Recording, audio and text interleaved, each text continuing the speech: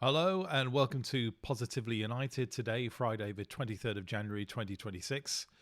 And I want to pick up on today one of the issues we discussed yesterday, which was the Deloitte's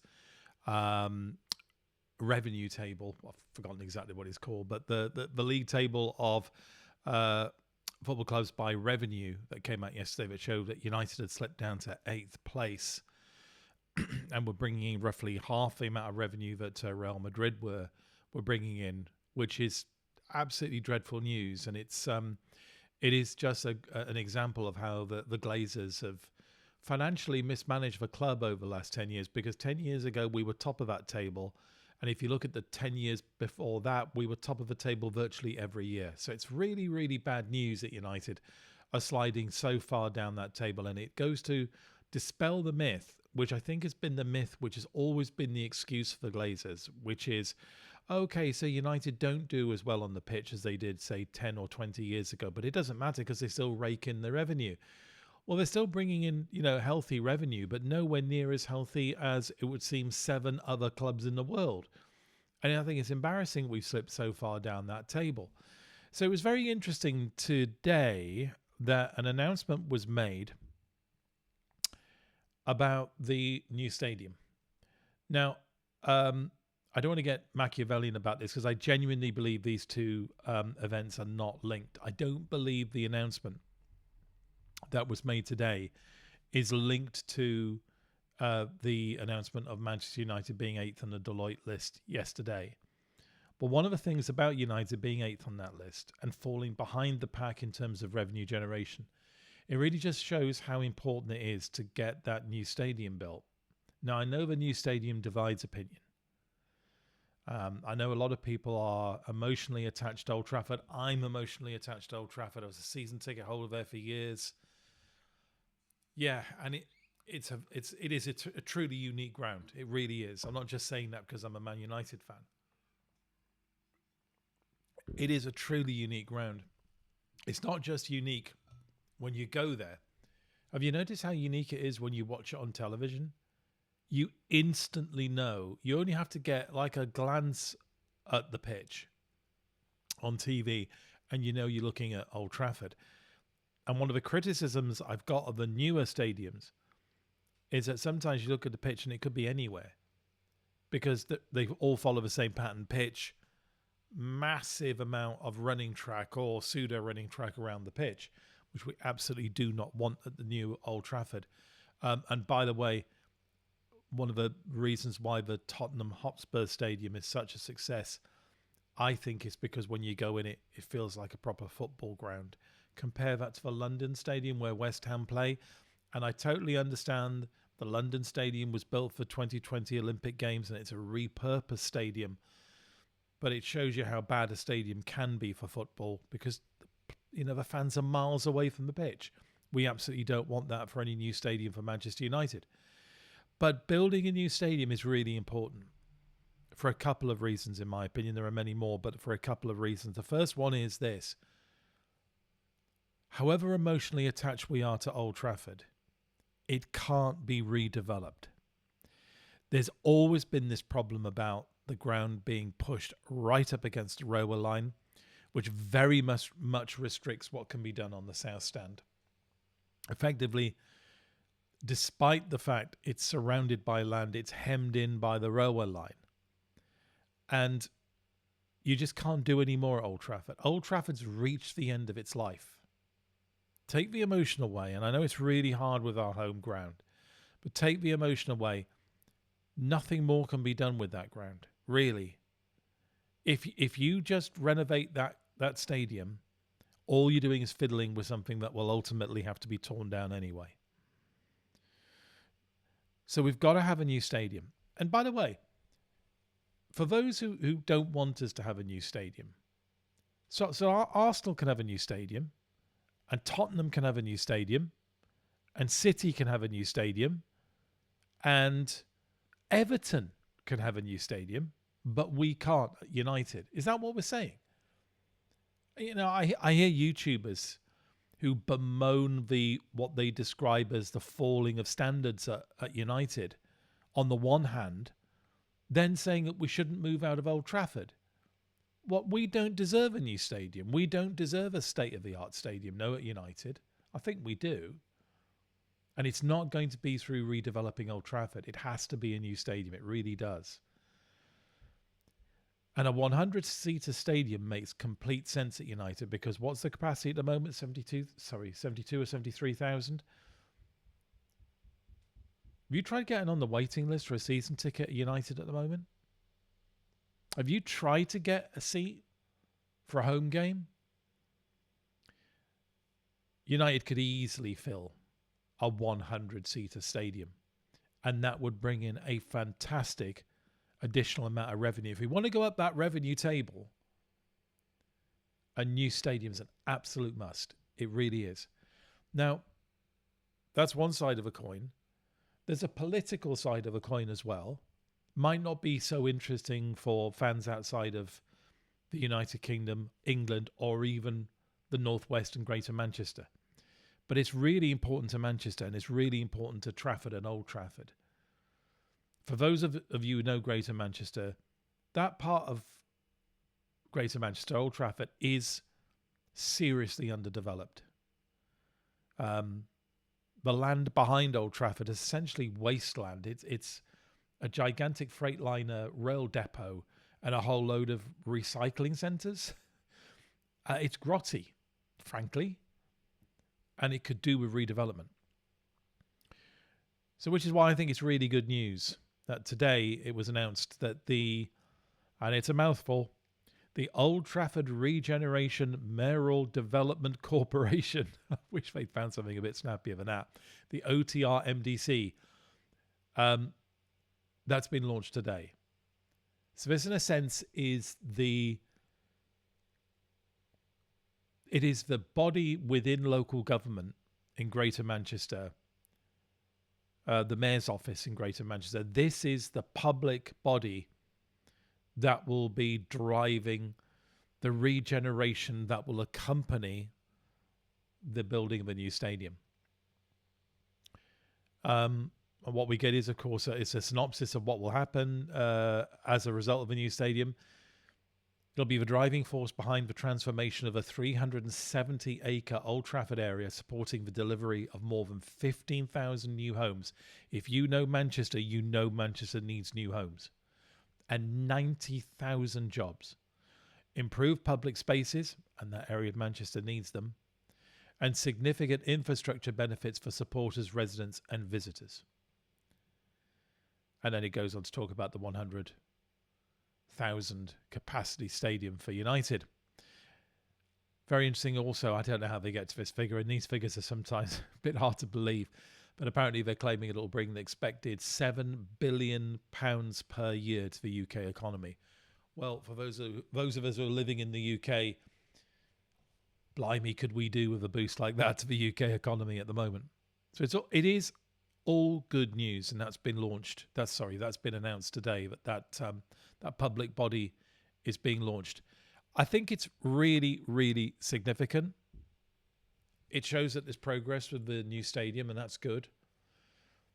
I don't think the timing could have been any better for United as a business, because it must have been embarrassing to the club yesterday, worrying to fans that the finances of a club, the revenue, look so ropey. So this is good news in that respect. Do I think it's letting the Glazers off the hook? No. I think the fact that United have fallen to 8th on the revenue table really brings it home that the final excuse that people make to keep the Glazers in place has finally crumbled. The excuse was always that they were good business people when it came to revenue generation. They could get things like sponsorships and all that sort of stuff signed off. Well, no, they can't. They're falling behind the pack. The one thing that they're meant to be good at, they're crap at. So it's just more. It is just one more reason to get rid of the parasitical scumbag Glazers out of our club. Okay, let's have a look at because we didn't have a look at it yesterday. Let's have a look at the transfer rumours that are going around. the ones that are broken today seem to me to be either entirely speculative or completely based on summer transfers rather than January transfers, or they are the result of desperate journalists just dreaming stories up to keep interest going in what is looking like a pretty low-key January transfer window if things are to go by what we've seen so far. It doesn't really look like there's much going on, and it looks like a pretty low-interest transfer window. By the way, before I move on to giving a resume of what happened today in terms of transfer speculation, I mentioned journalists who are desperate to keep stories going. Am I the only one that's absolutely fed up with Ben Jacobs? So Ben Jacobs, of course, a week ago, went on the football terrace and broke this story about there being a mystery midfielder that Manchester United were interested in, and then refused to say who the mystery midfielder was, and then sort of like has been sort of teasing and dangling potential names around for a week, and then still won't, as far as I can see, say who it is.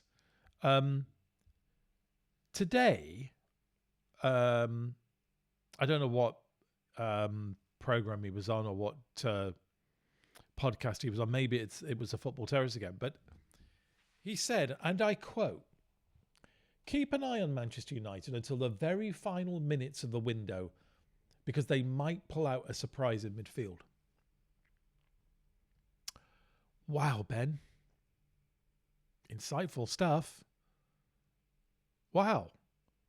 I mean, I'm shocked. We're to keep an eye on Man United right up until the final minutes of a window because they might pull a surprise in midfield. Wow. Do you know what? I have no insight into transfers, personally. I glean all my information from press sources and YouTubes and all that sort of stuff, just like probably you do too. But I could have put out that as an update and it would be equally valid and equally true. That isn't an update. That is stating the bleeding obvious. Manchester United are weak in midfield. There's a transfer window.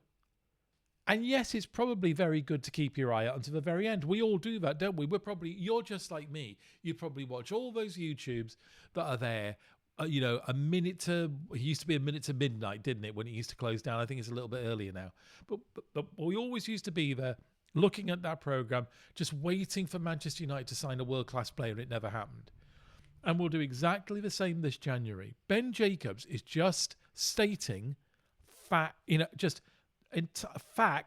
but wrapped up as a massive sort of insight that he's got. I mean, it is low-level stuff, isn't it?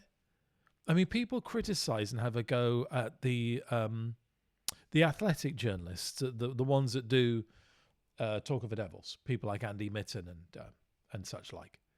They are in a totally different class to that kind of really low-quality journalism. I'm surprised at Ben Jacobs. I think it's been a really bad week for Ben Jacobs, if I'm being honest, because that insight is no insight at all. Right. Well, let's go to the rumours. The one that's been doing the rounds today is that Mickey van der Ven at Tottenham Hotspur, centre back, of course, that United are tracking him. Tracking.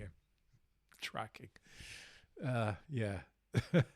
Again, could be just completely made up. That was on Give Me Sport. That's got to be a summer signing, hasn't it? There's no way Spurs are going to sell him in January. And if it was a summer signing, he's an 80 to a 100 million pound player. Do we need to buy? It's interesting. I've seen quite a few YouTubers today talk about the fact that we definitely need to buy a new centre back. Well, how about this as an option for centre back? I think we're overloaded with centre backs. Why don't we put our faith in Aidan Heaven and Lenny Oro? Wouldn't that make sense? I mean, I'm not saying they're going to be oven ready even next season. But if you have those two and you say they're our future, but until we get to the future, We've got De Ligt. We've got Martinez. And I think we should keep Harry Maguire for a season. I genuinely do. I really believe we should keep Harry Maguire. I think those 5 centre-backs are well enough, because we're now going to be playing 4-3-2-1 or 4-3-3. I don't see us at any time soon going back to a back 3. Do you?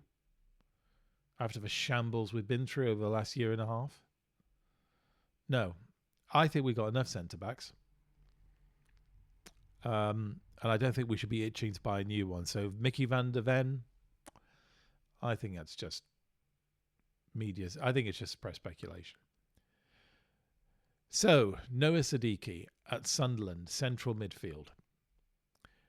This was mentioned in The Guardian today. To me, this is much, much more sensible and much, much more likely. Now, the idea is that Sunderland would be loath for him to leave even in the summer, and that his price would be somewhere around 30 to 50 million. But what's also been mentioned is that perhaps it would be possible to use Agati as part of a kind of like a make-weight. Now, to me, this makes a lot more sense. If they really want him, and this isn't just press speculation, why not try and go for it this January? Why not try this? Particularly if Agati could be part of the deal. But it still feels more like summer. Next one, Federico Valverde at Real Madrid. Again, central midfielder. So to me, it's much more obvious and much more sensible, because it's central midfield where we need the strength and the support. Because think about it. Casemiro's going. I reckon Ugate's going. I cannot see any way in which Ugarte gets kept. That leaves us with Kobe Mainu. By the way, plenty of stories today saying that the Kobe Mainu new contract, virtually a done deal. Is anybody surprised to hear that when it was announced that Casemiro was leaving us today? No. If we get rid of Ugarte and Casemiro, there is absolutely no way on earth we can let Mainu go, even if we wanted to. He's a definite cert to have a new contract and to be kept on. But let's get back to Federico Valverde. Without a shadow of a doubt, interesting. The problem surely would be an astronomical fee. Again, another £100 million player. Football 365 today have pushed a claim that United have been encouraged to negotiate for him. What does that mean?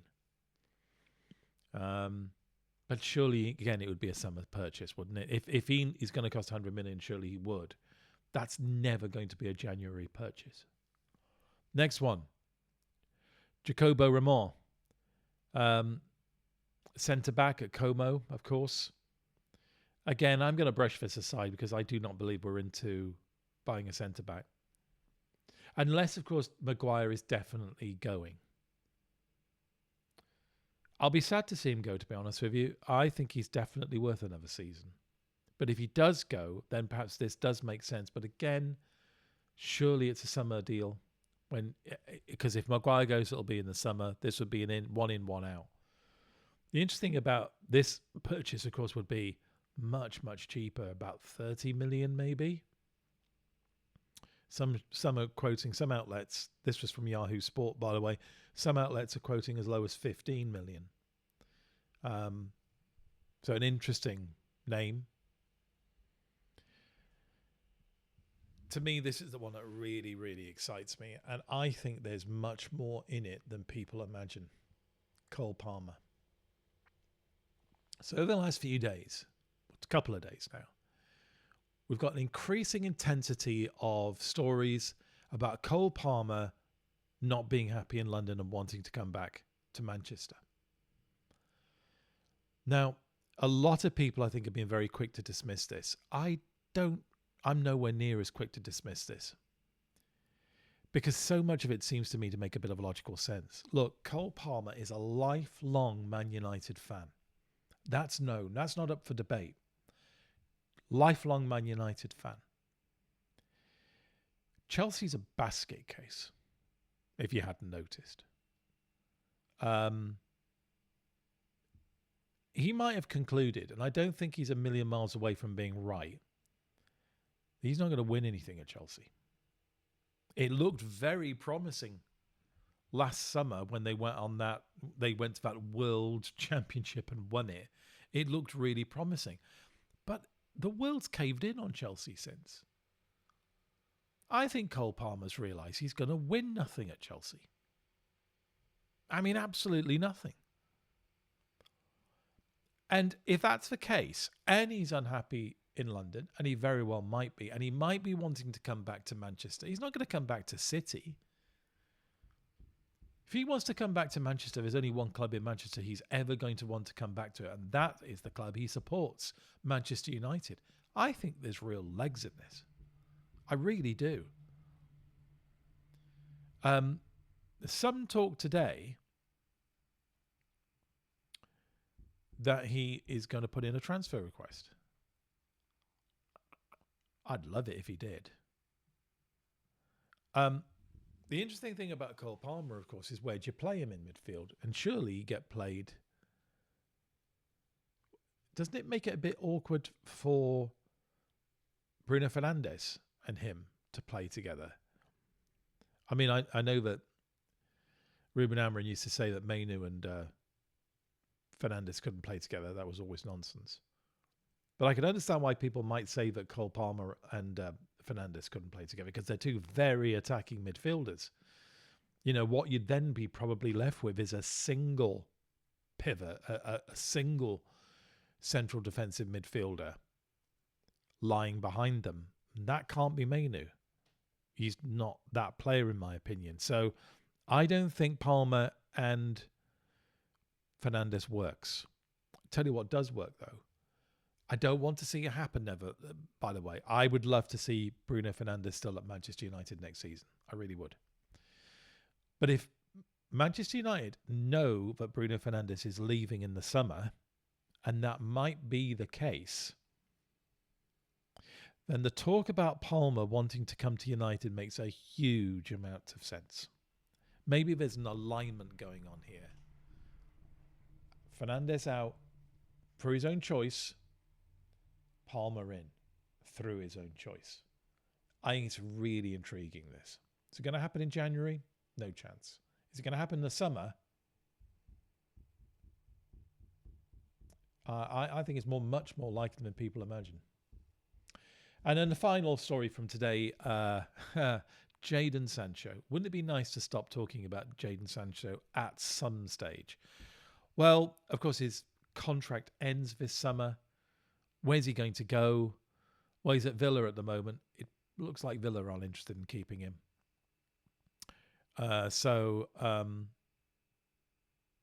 the idea, I think, is that he would probably go to Napoli, where, of course, he'd be joining up with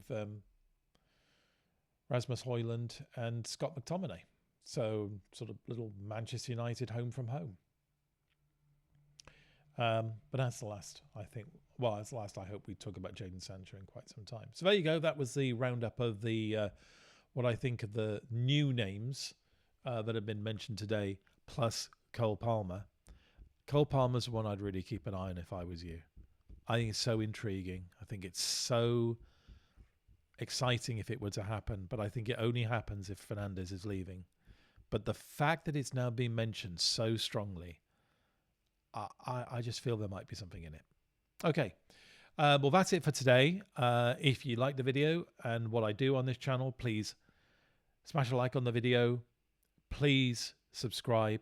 I get quite a few likes, but if you could subscribe, that would be really great.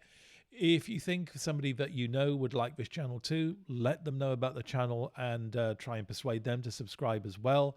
If you'd like to contribute in some way to the maintenance of this channel, I've set up a Coffee account. The link is in the description. Even the tiniest of donations would be gratefully received, so I can up the technical level of this channel.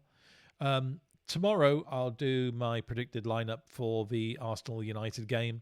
Didn't want to do it today because I feel it should be done the day before. So I'll do that as the video tomorrow. Yeah, so look out for that.